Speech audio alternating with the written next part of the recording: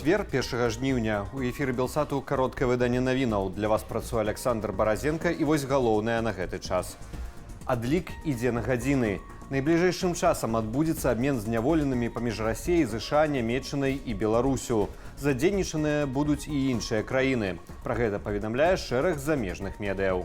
Паводле славенскага тэлеканалу Н1 з гэтай краіны дэпартуюць Гану і Артёма Дульцавых, асуджаных за шпіянаж на карысць Расіі. Нямецкая газета «Die Welt» у сваю чаргу паведамляе, вельмі верагодна, што Нямецчына абмяняе Вадзіма Красікава, асуджанага ў гэтай краіне на пажыццёвае зняволенне, на Рыка Крыгера. Апошні ў Беларусі нядаўна быў прысуджаны да смяротнага пакарання, а затым памілаваны Лукашэнкам. Апрача таго, пра магчымы абмен сведчыць тое, што з базаў звестак расійскіх і амерыканскіх турмаў адначасова зніклі прозвішчы некаторых асуджаных. Напрыклад, расійскіх апазіцыйных палітыкаў Уладзіміра Карамурзы ды Іллі Яшына, Александра Вініка, амерыканскага журналіста Эвана Гершкавіча ды іншых. Расійскія медыа таксама паведамляюць, што самалёт Ан-148, які раней Крэмль выкарыстоўваў пры абмене вязнямі, прызямліўся ў Калінінградзе. Калі такі абмен адбудзецца, ён будзе самым буйным пасля заканчэння халоднай вайны. Да таго ж, у незалежнай гісторыі Расіі яшчэ не было перадачы захаду расійскіх палітычных зняволеных.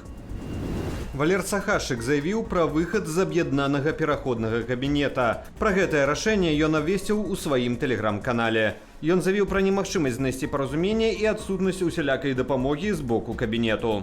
Я не думаю, что интриги и подковерные игры требуют такого уж большого ума и сообразительности, и я не в состоянии освоить этот вид деятельности.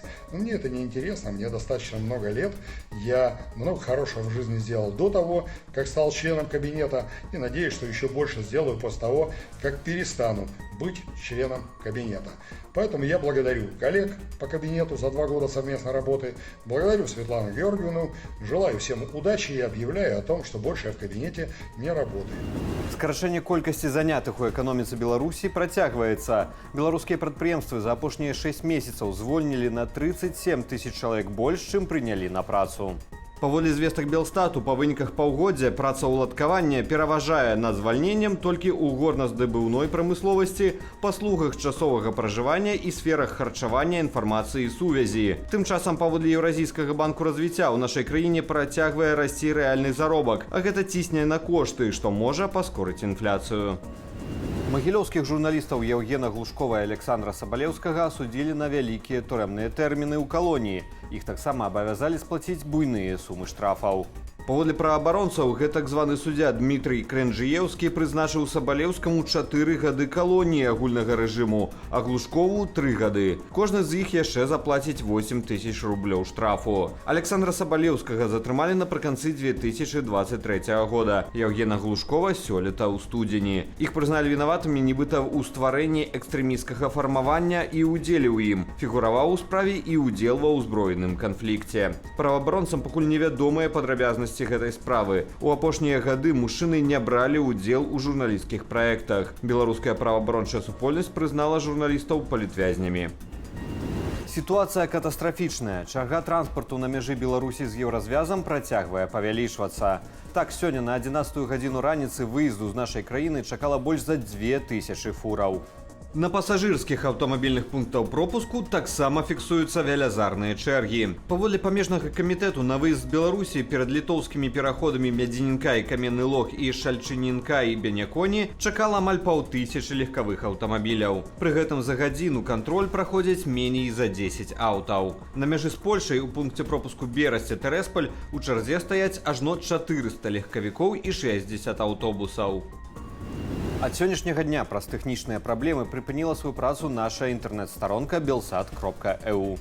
Аднак нашыя калегі працягнуць працу ў сацыяльных сетках, дзе будуць публікавацца матэрыялы. Там вы зможаце знайсці якасную аналітыку, эксклюзіўныя размовы і шмат цікавай і важнай інфармацыі. Рэдакцыя працуе над тым, каб як мага хутчэй пераадолець тэхнічныя праблемы і вярнуцца да сваіх чытачоў на прывычным адрасе belsat.eu. Толькі за адныя сотні расійскае войска здзейсніла больш за 400 абстрэлаў тэрыторыі Запарожскай вобласці. А ў выніку абстрэлаў Харкаўшчыны загінула 1 асоба. Ночью российцы атаковали Днепропетровскую область беспилотниками типу «Шахет». А по Никопольском районе оккупанты ударили с градов и тяжкой артиллерии. У Киевской области 2 человека отрымали ранения в вынику падения обломков сбитых «Шахедов». Пошкодженные 2 приватные домы у одним из населенных пунктов в области. У их побитые дахи, посеченные фасады, выбитые шибы и двери.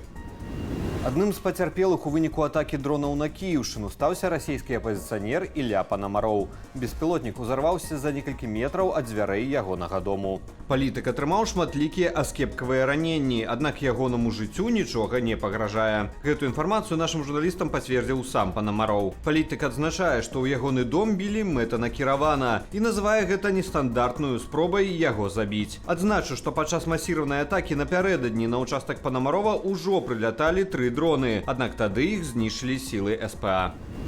Абяцаныя Киеву амерыканскія знішальнікі F-16 ужо ва ўкраінскім небе, паведамляе брытанскае выданне Daily Telegraph. У публікацыі зазначаецца, што самалёты ўжо выконваюць баявыя вылеты. Іх будуць выкарыстоўваць у першую чаргу для супрацьпаветранай абароны. Напярэдадні пра тое, што першая партыя знішальнікаў F-16 ужо прыбыла ва ўкраіну, паведамляла агенцтва Bloomberg. Паводле яго крыніцаў, колькасць самалётаў у першай партыі невялікая. Ранейшыя арахмеды сцвярджалі, што Украіна чакае атрымаць ад заходніх партнёраў 6 самалётаў F-16 гэтым летам і яшчэ да 20 знішальнікаў до конца года. Иран рыхтуе удар по Израилю як адказ на ліквідацыю ў Іране лідара палестынскай групоўкі Хамас Ісмаіла Ганіі. Паводле выдання «Нью-Йорк Таймс», такі загад вайскоўцам даў на паседжанні найвышэйшай рады нацыянальнай бяспекі Ірану вярхоўны лідар краіны Аятала Алі Хаменеі. Суразмоўцы выдання не паведамілі, якім менавіта будзе адказ Ірану. Мяркуецца, што іранскія вайскоўцы з дапамогай беспілотнікаў і ракетаў могуць атакаваць вайсковыя аб'екты ў ваколіцах Тель-Авіву і Хайфы. Пры гэтым удары могуць быць нанесеныя не з іранскай тэрыторыі, а з тэрыторыі краінаў-саюзніц Йемену, Сірыі ды Іраку. Сталічная «Дынамо» не здолела прабіцца ў трэці кваліфікацыйны раунд футбольнай лігі чэмпіёнаў. Паводле сумы 2 матчаў каманда Вадзіма Скрыпчанкі саступіла балгарскаму «Лудагорцу». У стартавай сустрэчы бела-блакітныя на выездзе зазналі паразу 0-2. У двубоі ў адказ, што прайшоў у Вугоршыне, «Дынамо», дзякуючы голу Івана Бахара, перамагло апанента. Але для агульнай вікторыі гэтага не хапіла. У выніку менскі клуб працягне выступаць у трэцім кваліфікацыйным раўндзе Лігі Еўропы, дзе згуляе з гібралтарскім «Лінкальнам». Першы двубой «Дынамо» правядзе на выездзе 8 жніўня. Сёння ўвечары яшчэ адзін беларускі клуб «Гарадзенскі Нёман» згуляе матч у адказ другога раунду кваліфікацыі Лігі канферэнцыяў. Сустрэча пройдзе таксама ў Вугоршыне. У суперніках значыцца румынскі Клуж. Першы двубой гэтых клубаў скончыўся безгалявой нічыёй. Нагадаю, што з прычыны санкцыяў, накладзеных УЕФА на беларускі футбол, умоўна хатнія матчы айчынныя клубы праводзяць на нейтральных палях. Евген Залаты прабіўся ў фінал алімпійскіх гульняў у акадэмічным веславанні. У сваім паўфінальным заездзе на 2000 метраў ён фінішаваў на другой пазіцыі. Галоўны старт з удзелам беларуса запланаваны на 3 жніўня. Яшчэ адная наша веслярка Тацяна Клімовіч не змагла трапіць у фінальны заезд на 2000 метраў. У адной і другой беларуска заняла толькі 5-й радок. Далей прайшлі 3 найлепшыя спартоўкі. Анастасія Шкурдай выйшла ў паўфінал у плаванні на дыстанцыі 200 метраў на спіне. Па выніках папярэдніх заплываў беларуска заняла 7-е месца, што дазволіла ёй увайсці ў лік 16 найлепшых. Паўфіналы адбудуцца сёння ў вечаровай сесіі. Сёння ў барацьбу за медалі уключыўся самы багаты на ўзнагароды від – каралева спорту лёгкая атлетыка. Першымі медалі разгулялі атлеты ў спартовай хадзьбе на 20 кіламетраў. Алімпійскім чэмпіёнам тут зрабіўся эквадорскі лёгкаатлет Брайан Пінтада. Ён пераадолеў дыстанцыю за 1 гадзіну, 18 хвілінаў і 55 секундаў. У агульнакамандным заліку алімпіяды ў лідарах Кітайская Народная Рэспубліка, а таксама гаспадары форуму французы. І гэта ўсе навіны на гэтую хвіліну. Пра развіццё падзеяў распавядуць мае калегі ў вечаровым інфармацыйным эфіры Белсату. Калі вы глядзіце нас на Ютубе, заклікаю ставіць лайкі, каментаваць і дзяліцца нашым выданнем, каб яго пабачыла як мага болей гледачоў. Але не забывайцеся на ўласную бяспеку. Беражыце сябе і заставайцеся з Белсатам.